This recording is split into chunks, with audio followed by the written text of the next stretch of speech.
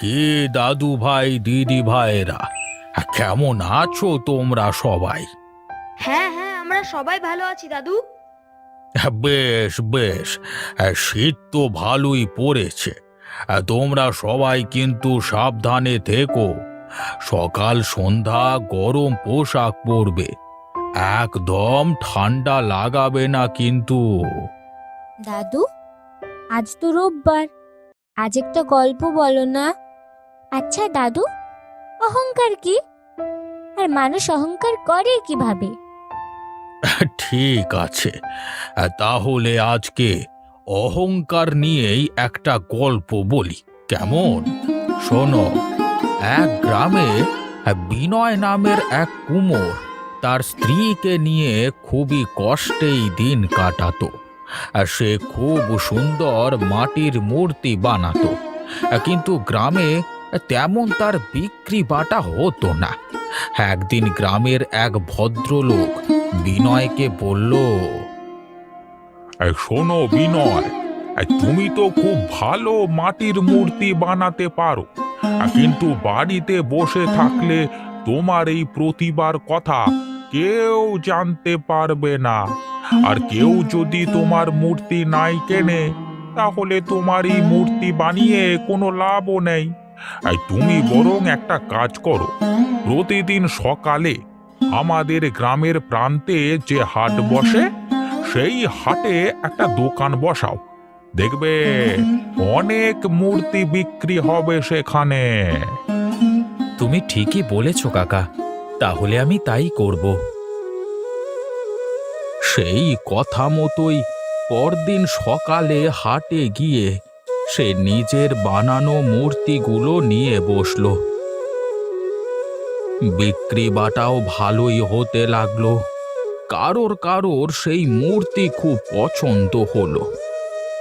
ওরে বাবা, এ মূর্তি তো ভীষণ সুন্দর। এই তুমি কি নিজেই তৈরি করো নাকি এই মূর্তিগুলো? হ্যাঁ, আমি নিজেই বানাই। আপনার পছন্দ হয়েছে? হ্যাঁ হ্যাঁ, খুব পছন্দ হয়েছে। তা এই কৃষ্ণ মূর্তিটার দাম কত? ওটার দাম 5 টাকা। এইভাবেই চলতে লাগলো। প্রতিদিন বিনয় নতুন নতুন মাটির মূর্তি তৈরি করে হাটে নিয়ে যায়। কিছু দিনের মধ্যে তার বেশ পরিচিতিও হয়ে গেল। একদিন হাট থেকে এসে বিনয় মন খারাপ করে বসেছিল। বাসন্তী জিজ্ঞাসা করল, কি গো, কি হয়েছে তোমার? এভাবে মন খারাপ করে বসে আছো যে, কিছু হয়েছে নাকি? কি আর বলি বলো তো তোমাকে, মাটির মূর্তি বিক্রি করে যে কটা টাকা আয় হয়, তাতে এখন তো কোনো মতে সংসার চলে যাচ্ছে। কিন্তু আর কিছুদিন পরে যখন আমাদের সন্তান আসবে এই পৃথিবীতে, তখন তো খরচ আরও বাড়বে। তখন কিভাবে সামলাবো এই কম রোজগারে, এটাই আমার কাছে চিন্তার বিষয় হয়ে দাঁড়িয়েছে। তোমার চিন্তাটা অমূলক নয়, সত্যিই তো। সংসারে তো এখন অনেক খরচ। আচ্ছা, তুমি কি একটা কাজ করতে পারো না? কি কি কাজ? দেখো, মূর্তি তো আর কেউ প্রতিদিন কেনে না, তাই না? একটা কিনলে সেটা যতক্ষণ না ভাঙছে, ততক্ষণ সেটা দিয়েই চলে যায়। আর আমাদের হাটে তো এখন তোমার সবাই পরিচিত হয়ে গেছে। তাই যারা তোমার থেকে একবার মূর্তি নিয়ে নিয়েছে, তারা তো আর দ্বিতীয়বার নেবে না। তাই তুমি একটা কাজ করো, বুঝলে, অন্য কোনো গ্রামের হাটে গিয়ে বসো। হ্যাঁ, তুমি ঠিকই বলেছ। কাল বরং আমি পাশের গ্রামে হাটে গিয়ে বসবো, কেমন? একদিন একটা বড় ব্যবসায়ী হাটে আসে। বিনয়ের বানানো মূর্তি তার বেশ পছন্দ হয়ে যায়। বিনয়কে সেই ব্যবসায়ী বলে, আব তা তোমার নাম কি? আগে আমার নাম বিনয়। এই মূর্তিগুলো কি তোমার বানানো? আগে হ্যাঁ, এইগুলো আমিই বানাই। তোমার বানানো মূর্তিগুলো আমার খুব পছন্দ হয়েছে। আমি একজন ব্যবসায়ী, বুঝলে, শহরে আমার বড় দোকান রয়েছে। আমি আমার দোকানের জন্য তোমার থেকে মূর্তি তৈরি করাতে চাই। তুমি কি বানিয়ে দিতে পারবে আমার জন্য মূর্তি? হ্যাঁ, কেন পারবো না, নিশ্চয়ই পারবো। বলুন বলুন, আপনার কিরকম মূর্তি প্রয়োজন, আমি সেই মূর্তি বানিয়ে দেব। ঠিক আছে, তুমি আমাকে প্রথমে 50টা মাটির কৃষ্ণ মূর্তি বানিয়ে দিও। হ্যাঁ, তা আমার পছন্দ হলে আমি পরে আবার তোমাকে অন্য মূর্তির অর্ডার দেব। ঠিক আছে? তা 50টা মূর্তির জন্য আমি তোমাকে 1000 টাকা দেব। এই নাও অগ্রিম 100 টাকা। ঠিক আছে ঠিক আছে, আমি বানিয়ে পাঠিয়ে দেব। অনেক ধন্যবাদ আমাকে সুযোগ দেওয়ার জন্য।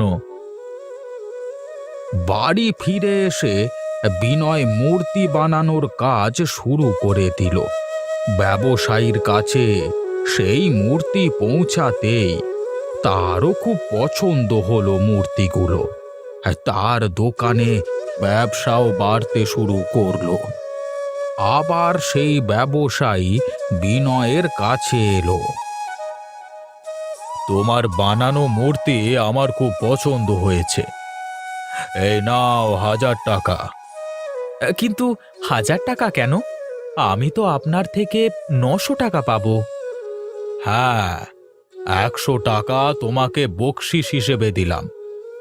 আর এই নাও 100 টাকা অগ্রিম। 1 সপ্তাহের মধ্যে আমাকে 50টা সরস্বতী মূর্তি বানিয়ে দিও, কেমন? হ্যাঁ, আচ্ছা ঠিক আছে, আপনাকে অসংখ্য ধন্যবাদ। এইভাবেই বিনয়ের নাম চারিদিকে ছড়িয়ে পড়তে লাগলো।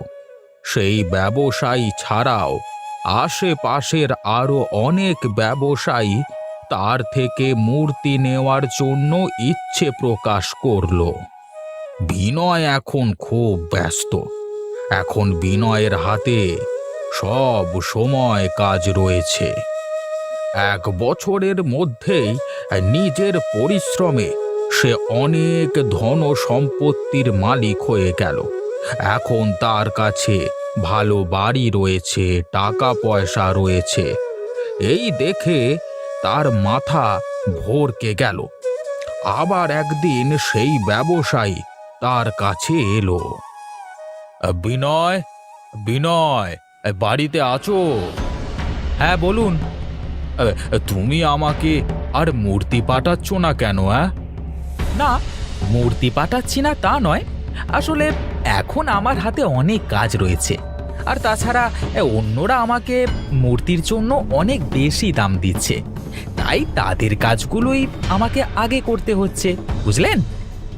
ঠিক আছে ঠিক আছে, তাহলে আমিও বাড়িয়ে দিচ্ছি দাম। তুমি আমাকেও মূর্তি বানিয়ে দিও। এই নাও অগ্রিম 200 টাকা। তুমি ওনার সাথে এমনটা কেন করলে বলো তো? আমি যা করেছি ঠিকই করেছি বাসন্তী।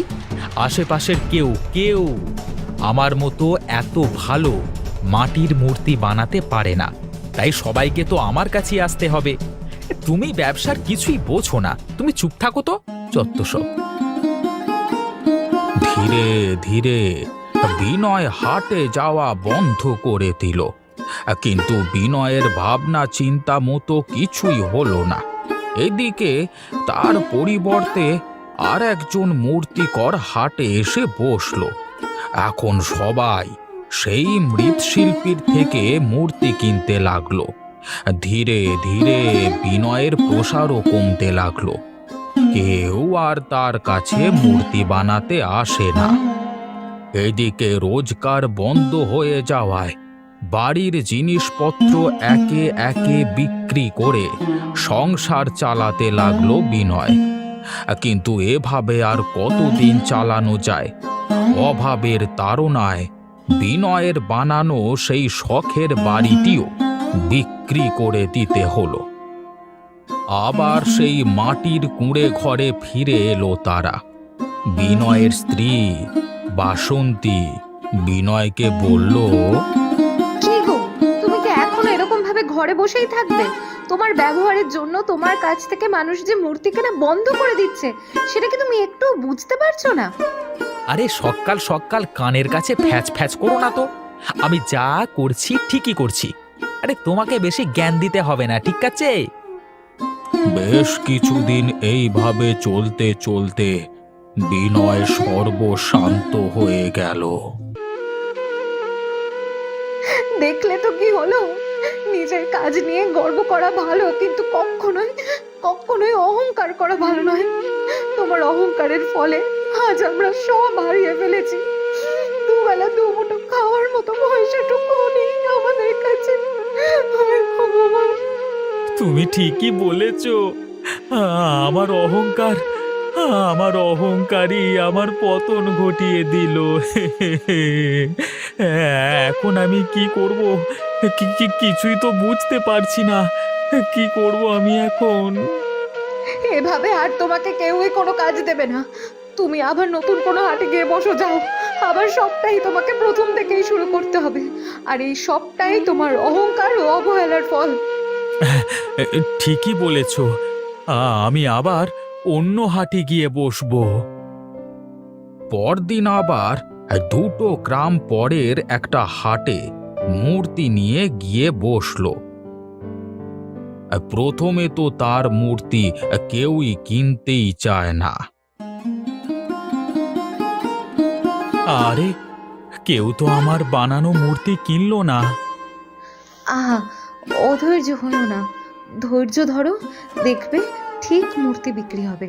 আর মানুষের সাথে ব্যবহারটা সব সময় ভালো রেখো, এইটাই মনে রাখবে, কেমন? পরদিন বিনয় আবার হাটে গেল মূর্তি নিয়ে। ধীরে ধীরে আবার তার বানানো মূর্তির কদর বাড়তে লাগলো।